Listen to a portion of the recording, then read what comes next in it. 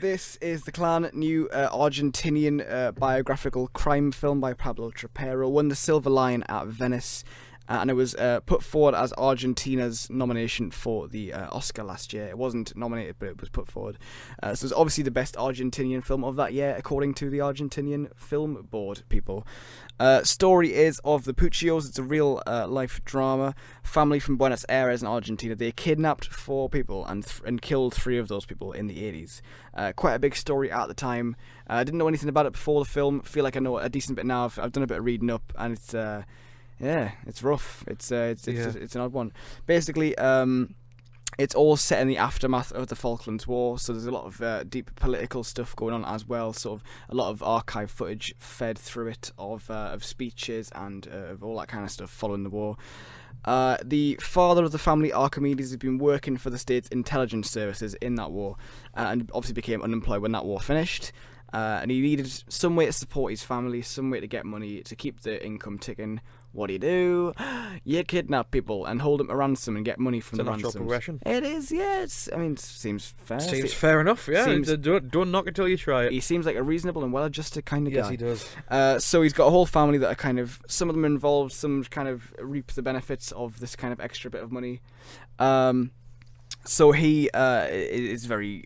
That's what he's quite sinister. There's a lot of phone calls. He'll ring in the sort of thing saying, we've got your person captive. You got to leave the money in the park in a case, and we'll get it, and you have them back. A lot of the time, the money is received. The person is not sent back alive. That's just how it is. That's just how it goes with crime.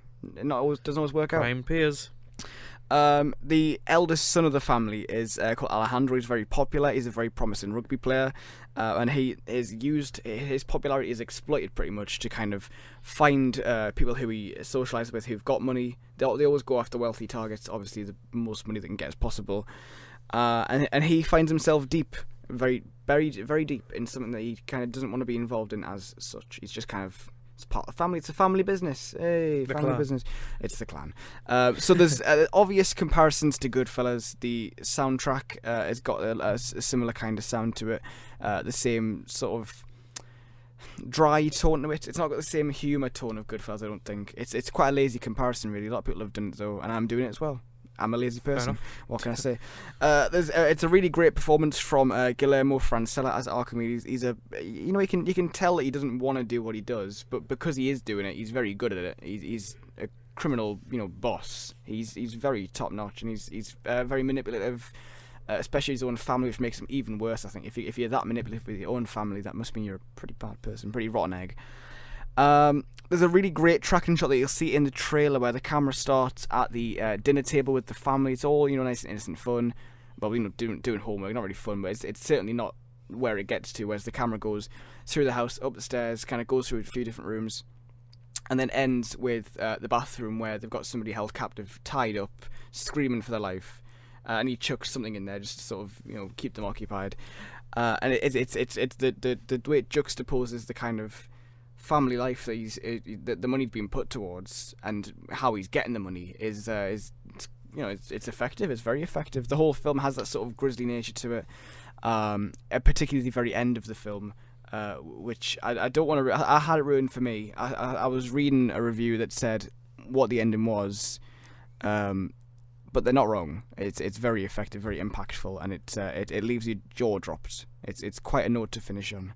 No, it's interesting. It does a very good job of weaving the political stuff in amongst all of the true story. Obviously, that did happen, but it presented in an entertaining way. I feel like it lets up slightly towards the end. It kind of gets a bit bogged down by certain things, but on the whole, entertaining and a justice to a story that was very interesting, told in an interesting way. I'm excited to see what Trapero does next. So there you go. So I recommend. It is a recommend. That is called The Clan. It's an Argentinian film.